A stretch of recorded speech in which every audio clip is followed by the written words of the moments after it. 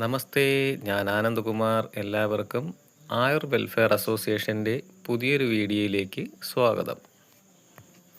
ഇന്ന് നമ്മൾ ചർച്ച ചെയ്യുവാൻ പോകുന്നത് യോഗ പുതുതായി ആരംഭിക്കുന്നവർ മാംസാഹാരം കഴിക്കണോ അതോ സസ്യാഹാരം കഴിക്കണോ എന്നുള്ളതിനെക്കുറിച്ചാണ്. ആദ്യമേ തന്നെ പറഞ്ഞുകൊള്ളട്ടെ, മാംസാഹാരവും മോക്ഷവുമായി നേരിട്ട് ബന്ധമൊന്നുമില്ല.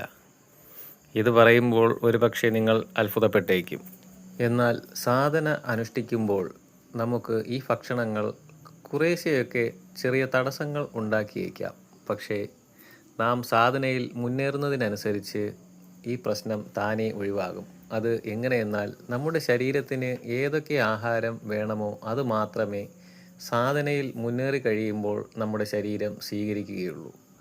ആ സമയം നമുക്ക് എന്താണോ നമ്മുടെ ശരീരത്തിന് ആവശ്യം അത് പോയിട്ട് ബാക്കിയുള്ള ഭക്ഷണങ്ങൾ ശരീരം തന്നെ ഒഴിവാക്കും. അതായത് നമുക്ക് ഏതെങ്കിലും തരത്തിലുള്ള വിമ്മിഷ്ടമോ ഛർദിയോ എന്തെങ്കിലുമൊക്കെ വന്നിട്ട് നാം ആ ഭക്ഷണത്തെ വെറുക്കും. അതിനി സസ്യാഹാരമായിക്കോട്ടെ മാംസാഹാരമായിക്കോട്ടെ ഏതായാലും. ഹിംസ ഒഴിവാക്കുവാനായിട്ടാണ് നാം മാംസാഹാരം കൂടുതലായും ഉപേക്ഷിക്കണം എന്ന് പുരാതന കാലത്തെ അറിവുള്ളവർ പറഞ്ഞിരുന്നത്. അതായത് നമ്മുടെ മനസ്സിൽ വളരെയധികം സ്നേഹവും ദയയും കാരുണ്യവും ഉണ്ടാകുമ്പോഴാണ് നമുക്ക് മോക്ഷത്തിലേക്കുള്ള കൂടുതൽ പാത നമുക്ക് തുറന്നു കിട്ടുന്നത്. എന്നാൽ ഈ സ്നേഹം, കരുണ, ദയ ഇതൊന്നുമില്ലാതെയും നമുക്ക് മോക്ഷത്തിലേക്ക് എത്തുവാൻ സാധിക്കും. അതാണ് പ്രാണായാമങ്ങൾ. ഇത് അനുഷ്ഠിക്കുന്നതിലൂടെ മേൽപ്പറഞ്ഞവയൊന്നുമില്ലെങ്കിലും നമുക്ക് മോക്ഷപാതയിലേക്ക് എത്താവുന്നതാണ്. പ്രാണായാമങ്ങൾ മാത്രമല്ല കേട്ടോ, ആസനങ്ങളും ധാരണകളും ധ്യാനവും ഒക്കെ ഇതിന് സഹായിക്കും. വളരെ കാലമായി മാംസാഹാരവും സസ്യാഹാരവും ഇടകലർത്തി കഴിച്ചു വന്ന ഒരാൾക്ക് സാധനയുടെ ആദ്യ സമയങ്ങളിൽ ബുദ്ധിമുട്ട് അനുഭവപ്പെടാം. അതിനാൽ അറിവുള്ള ആചാര്യന്മാർ ഒരിക്കലും നിങ്ങളുടെ ഭക്ഷണത്തെ നിഷേധിക്കില്ല. കാരണം അവർക്കറിയാം നിങ്ങൾ എത്രത്തോളം സാധനയിൽ ഉയരുന്നുവോ അപ്പോൾ നിങ്ങൾക്ക് അല്ലെങ്കിൽ നിങ്ങളുടെ ശരീരത്തിന് ആവശ്യമുള്ള ഭക്ഷണം മാത്രമേ സ്വീകരിക്കുകയുള്ളൂ എന്ന്. നിങ്ങൾ വിവേകാനന്ദ സ്വാമിയെക്കുറിച്ച് കേട്ടിട്ടില്ലേ? ലോകം മുഴുവൻ അറിയപ്പെടുന്ന അദ്ദേഹം എരിവ് അധികമായി കഴിക്കുമായിരുന്നു. അതിനാൽ അദ്ദേഹം വളരെ കോപിഷ്ഠനായിരുന്നു. അതാണ് ഞാൻ വളരെ മുന്നേ പറഞ്ഞത്, ഭക്ഷണം നമ്മുടെ ശരീരത്തിൽ ചില സ്വാധീനങ്ങൾ ഉണ്ടാക്കും, മാംസാഹാരം പ്രത്യേകിച്ചും.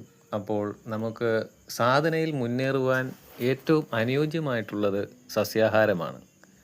ഇതിന് സാധിക്കാത്തവർ വളരെ കുറച്ച് മാത്രം മാംസം ഉപയോഗിക്കുകയും സസ്യാഹാരം വളരെയധികം ഉപയോഗിക്കുകയും വേണം.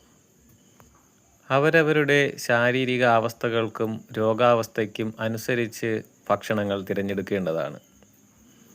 ഭക്ഷണം മാത്രമല്ല, ആസനങ്ങളും പ്രാണായാമങ്ങളും. ഇനി ആസനങ്ങളും പ്രാണായാമങ്ങളും ചെയ്തില്ലെങ്കിൽ, അതായത് നിങ്ങൾക്കത് ചെയ്യുവാൻ സാധിക്കാത്ത ഒരു അവസ്ഥയിലാണ് ഉള്ളതെങ്കിൽ, ഏതെങ്കിലും രോഗാവസ്ഥയിലോ ആക്സിഡൻറ്റിലോ അങ്ങനെ എന്തെങ്കിലും ആണെങ്കിൽ നിങ്ങൾക്ക് ഭക്തിയോഗം തീർച്ചയായും സഹായിക്കും. കൂടാതെ മന്ത്രസാധനകളും നിങ്ങളെ മോക്ഷത്തിലേക്ക് എത്തിക്കും. എല്ലാ പ്രാണായാമങ്ങളും ആസനങ്ങളും എല്ലാവർക്കും ഉള്ളതല്ല. ഓരോരുത്തരുടെ ശാരീരിക അവസ്ഥകൾക്കനുസരിച്ച് അതിന് മാറ്റം വരുന്നു. വിപരീതമായി ചെയ്താൽ അത് നമ്മുടെ ശരീരത്തെയും നമ്മുടെ സാധനയെയും അത് ദോഷകരമായി ബാധിക്കും. ഏതൊക്കെ പ്രാണായാമം ആർക്കൊക്കെ ചെയ്യാം എന്ന വീഡിയോ ഉടനെ തന്നെ ഞാൻ ചെയ്യുന്നതാണ്. അപ്പോൾ എൻ്റെ വീഡിയോയ്ക്കായി കാത്തിരിക്കുക.